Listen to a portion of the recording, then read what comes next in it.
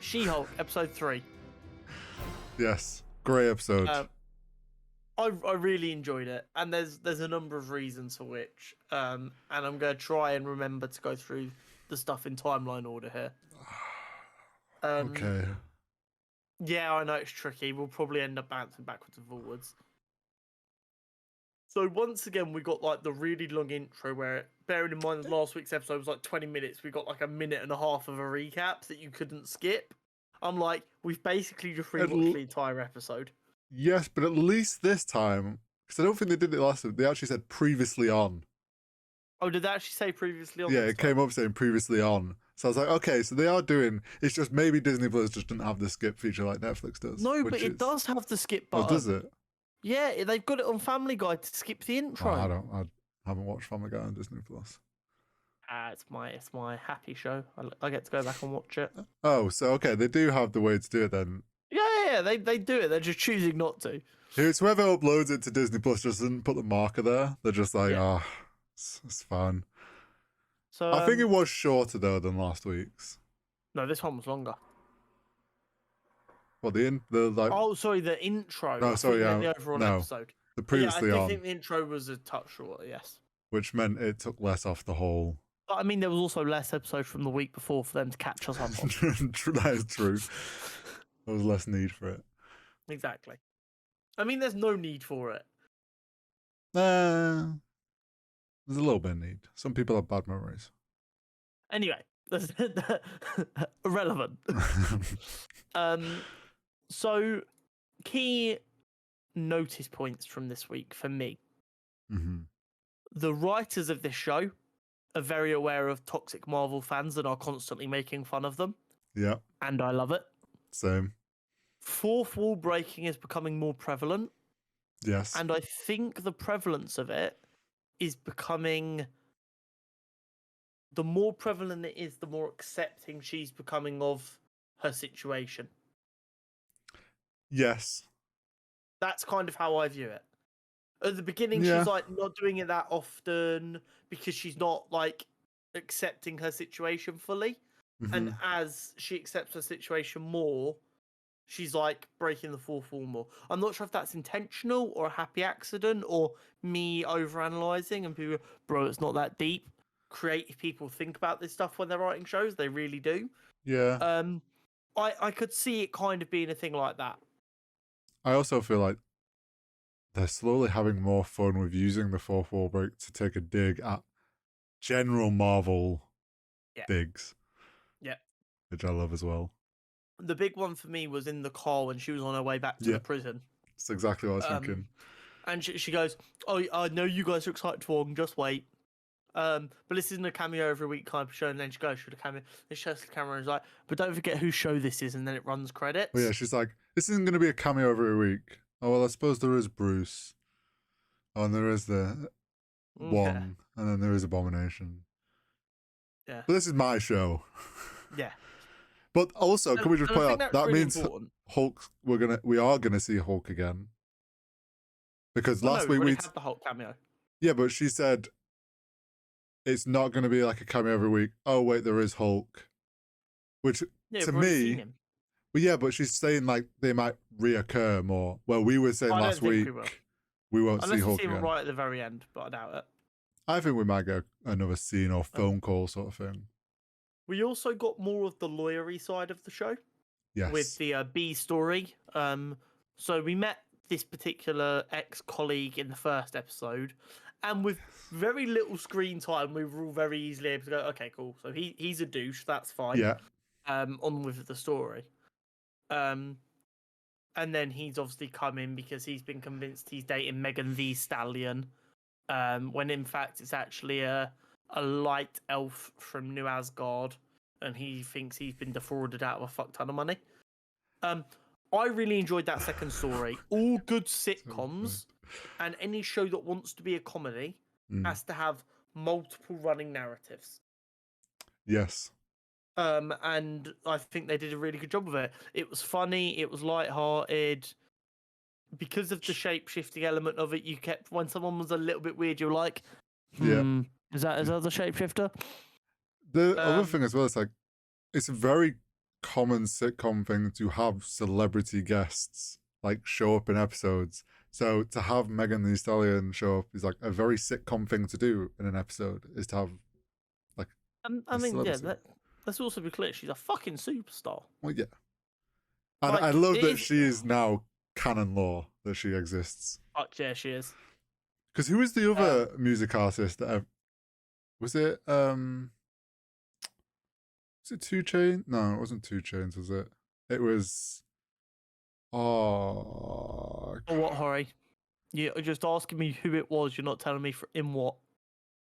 I can't remember what it was in, but in MCU lore, like canon, there's another music artist that's been like, oh, they're canon. Is that because like one of their songs was playing in the background? Yeah, there was some mention of their song, and I can't remember who it is now. It'll come to me by the end of the episode. But it shows that they're like, I like that they keep adding in like general real world like pop culture references. Yeah. Making things like canon. It's important. It be there. And don't get me wrong, it was an unnecessary cameo for sure. Yeah, it was just because why not? It adds a comedic effect to it. Yeah. I also love go on. When like the entire internet was very much all Green Hulk mummy strong, her twerking with Megan Thee Stallion at the end of the episode, it's right there for pick. It's easy pickings. I can't. We'll get to that, but I can't believe yeah. that. But oh my brain. Oh, I also love the fact that they're tying in New Asgard more. Yes. The fact that like yes, New Asgard's there and the world knows it's there, and there's now weird races like a light fairy is not abnormal anymore. Exactly. Like no one gave a shit about the fact that it was a light fairy. It's like just norm. Just the norm. Also, I've realised we forgot to mention this last week. So last week we spoke about the news article talking about the statue hand coming out of the Indian Ocean. Yes. You hadn't noticed that. I had noticed it. But I fucking missed the Wolverine reference. I looked at the thing you sent me and I was like, wait, Wolverine's also confirmed. And you're like, huh? I literally read that one bit and didn't look at the other bit at all, like a dumbass. So yeah, Wolverine has been like teased as existing in the MCU, which is cool. You guys probably already knew that if you're listening to a podcast like this, but I wanted you guys to know that we know. We know that you know that we know. Exactly. A Wolverine knows. Anyway, but yeah, the whole like in the courtroom thing. There was one thing in regards to like those scenes when they're doing all the lawyer stuff is when she walks in as She-Hulk with her suit on into her office.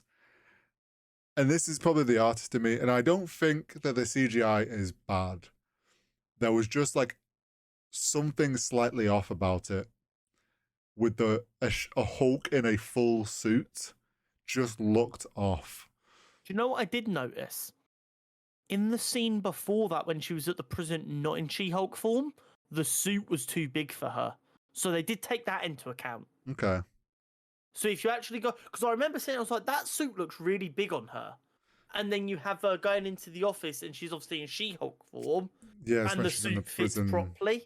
She has to drop her form, doesn't she? Yeah. So I did like they cared enough to remember to put her in like a suit that was oversized.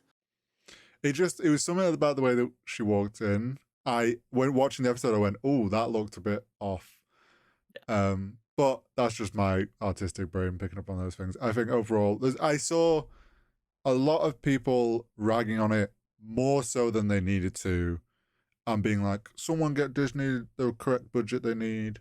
Blah, blah, blah. It's like, it's a TV show. The CGI is not going to be film level.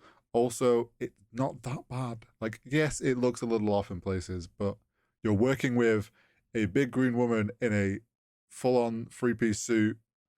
Like, it's going to look weird. Like, there's no way around it. Exactly. There is no way around it. It's just the way it is. Overall, I think that's been handled pretty damn well. Yeah. I think all of Wong's parts were great. I loved Wong in it. Wong and Benedict Wong, the actor, has such a natural comedic timing. Yes. So in this show, which is obviously supposed to be more funny, they really hammed up Wong being like this ancient one who doesn't really understand the world too much. But like after he's admitted to committing a crime, and they're like, "You realise you committed a crime, right?" He's like, "I must go," and it's like he knows enough. Can we also talk about the fact that although he's the Sorcerer Supreme and he's doing all this weird ancient magic stuff, he still was contacted through a first trap DM that her assistant sent. Like, Wong, what are you doing? We do not judge our boy Wong.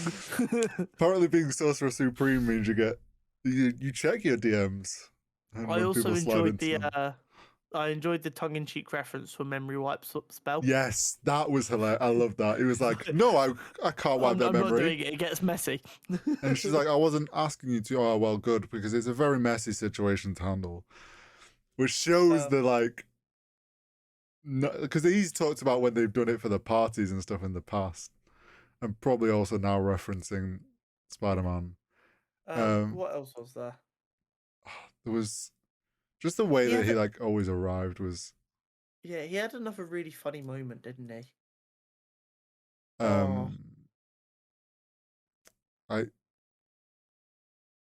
that it matters. Anyway, I really enjoyed the lawyery aspects of the probation hearing as well.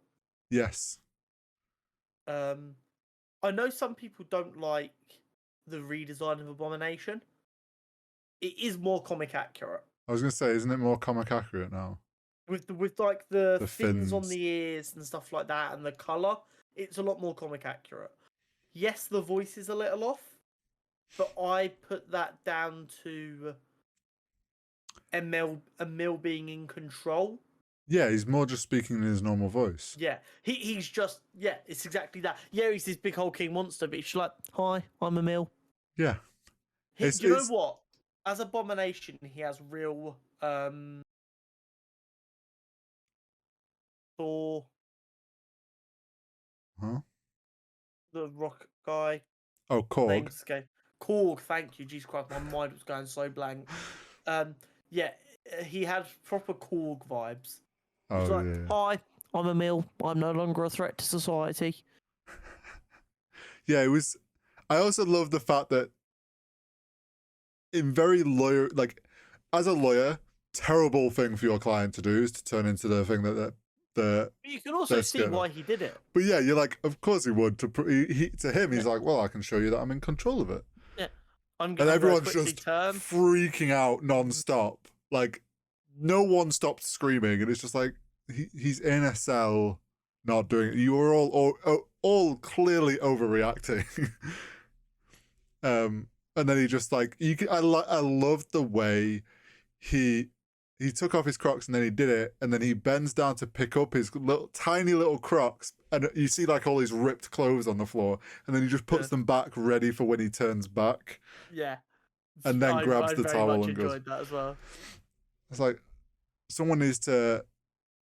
I think Crocs need to get some Hulk-sized Crocs made for him.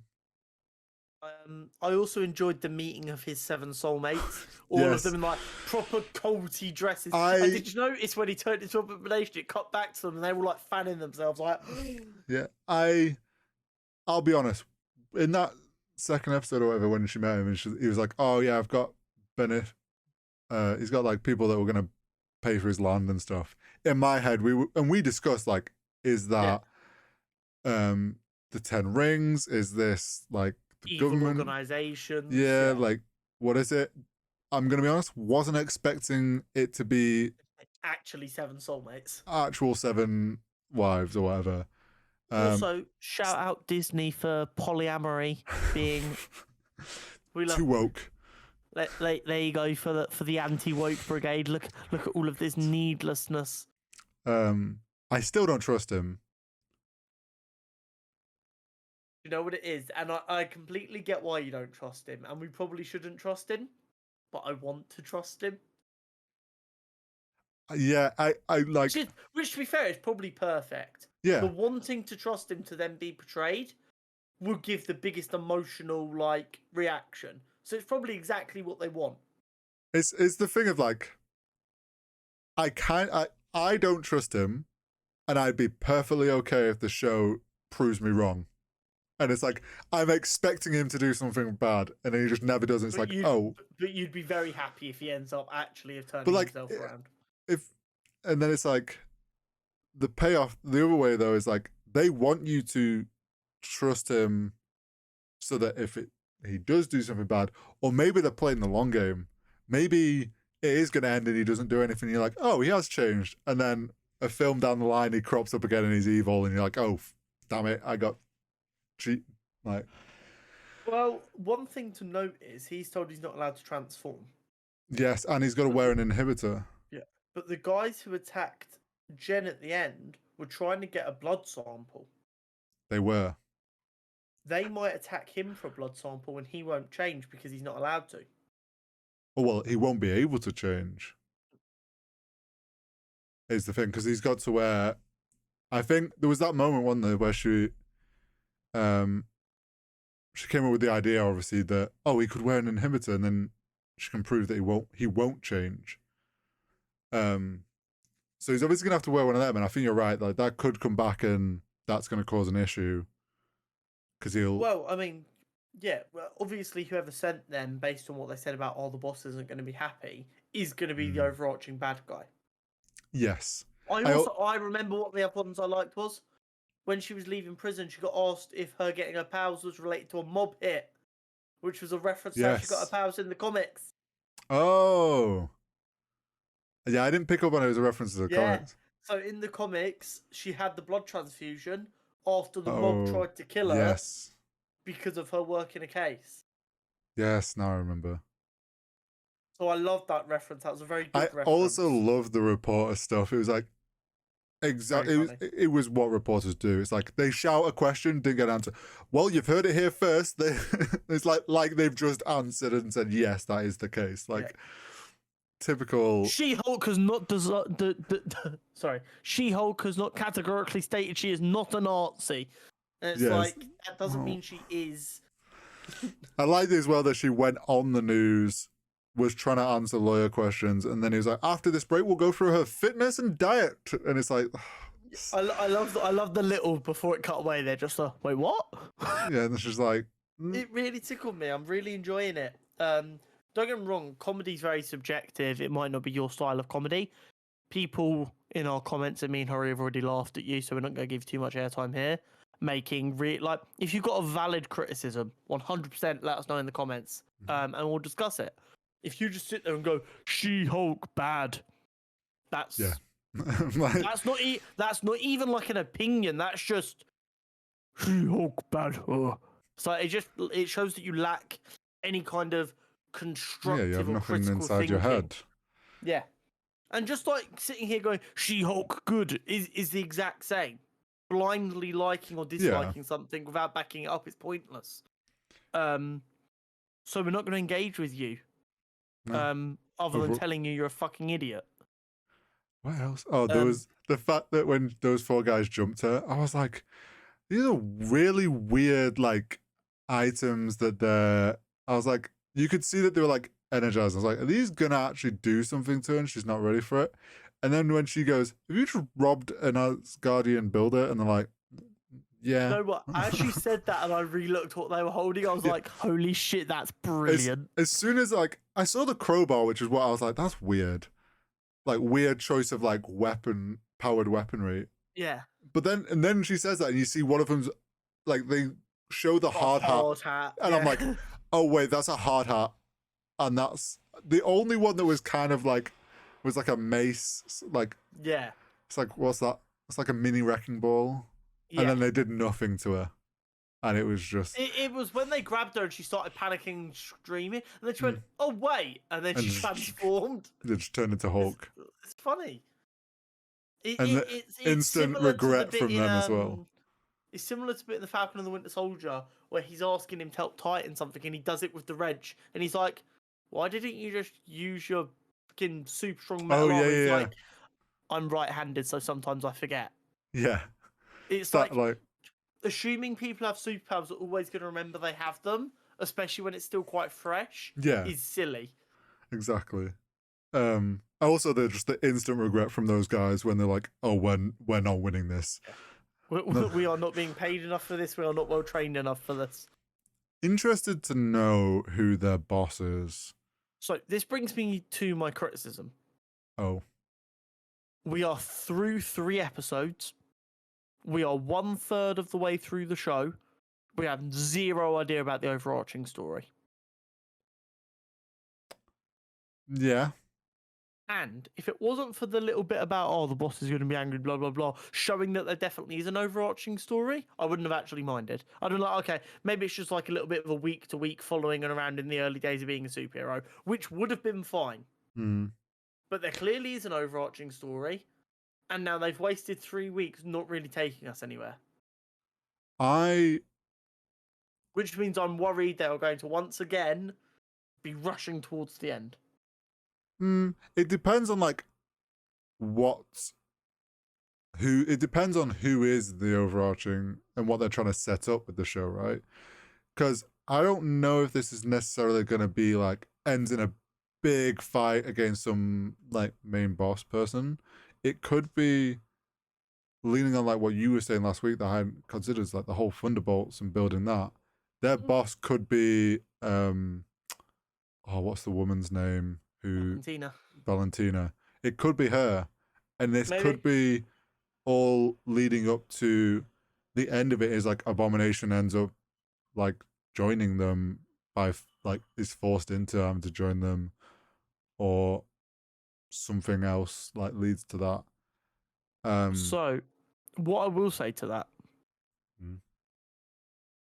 in the teaser that went out for episode 2, we saw She-Hulk in like more of a costume, the purple singlet, and Daredevil in a basement somewhere.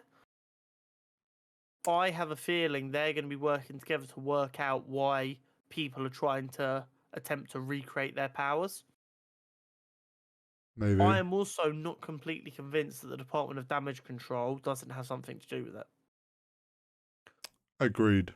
We saw them going after Kamala. Yeah. They've already kind of been in this with the prison. I'm wondering if I'm watching you. I wonder if the Daredevil thing is going to come in with the fact that Bruce is gone. There isn't really like she hasn't got anyone to go to train her more. Like, does anyone know he's gone though? No, but she knows he's gone. Obviously, I don't think she does. Yeah, because didn't he say he's not in the lab? That's all he said. Well, yeah, he didn't say, "Oh, I fucked off to space." All right, but there's probably like she knows he's got off somewhere. And she'll probably, if she tries to contact him, find she can't get hold of him. I'm wondering if there's whatever fight does come, because there's going to be some sort of a fight. She needs some training, and then that's why she's in a basement with Daredevil. Like maybe he's helping train her a bit at fighting to improve. Like, because she's Hulk, but she hasn't fought. No, like, she as far as we know, she doesn't have any kind of fighting experience. No. So maybe that's why they end up working together. They're also going to have to explain why New York Hell's Kitchen based Daredevil's in LA. Yeah. Maybe he is hunting down someone. I really hope it's something really nerdy like Lawyer Con. I was going to say some lawyer. He's there for a case. No, that's not nerdy enough. I really like the idea of him flying out to LA for Lawyer Con. Come and meet She-Hulk, our most famous lawyer. Oh no, imagine. He rocks up, asks her some questions while listening to her heartbeat to work out if she could be trusted. I don't know. Yeah, unless she's going to end up in New York. And then because she's in New York, he's like, why the goes to find her, it's like, why the fuck are you on my territory? Sort of thing. Last time we had big green people in New York, shit went wrong. Yeah. So that could be why we see them meet up. Yeah. She ends up in New York for something. We'll have to keep an eye out. Yeah. But I'm very excited for my red and yellow boy to turn up. I think next week's episode is going to clear up what the fuck the main because I think what we're going to get is Abomination will be let The out. ball really needs to get rolling. He'll be let out, and I think they'll set up who's the actual issue. They'll either make themselves known, or we'll get to know at least from the viewer side of things. But yeah, what that'll be episode 4, and is it 9 episodes in total? 9 episodes. So, yeah, I think it needs to kind of happen next week, and we find out who this boss is. I wonder if it's the power broker. It's very possible. With what we can only assume is them trying to steal a blood sample so they can recreate her powers. Mm-hmm. The power broker would make a lot of sense. Considering she was interested in this super serum, and isn't Hulk's thing kind of made from an attempt of remaking the super serum? I don't know what the rules are in the MCU. I know Blonsky's was the super soldier serum reacting with Bruce's blood. Okay, so it was like a weird mix they made. So that could be why the power broker might be interested. Very possible. But I think that kind of wraps up everything we've got to say about episode 3, unless you've got any final comments. I think the only thing is the post-credit scene. She-Hulk kind of thick, though.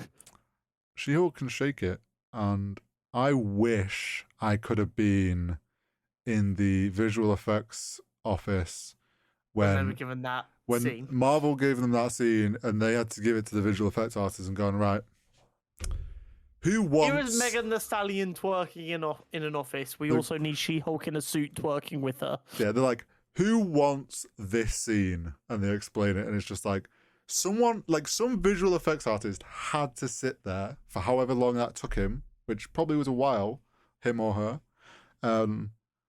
They had to... him that wanted that project, come on. Not necessarily.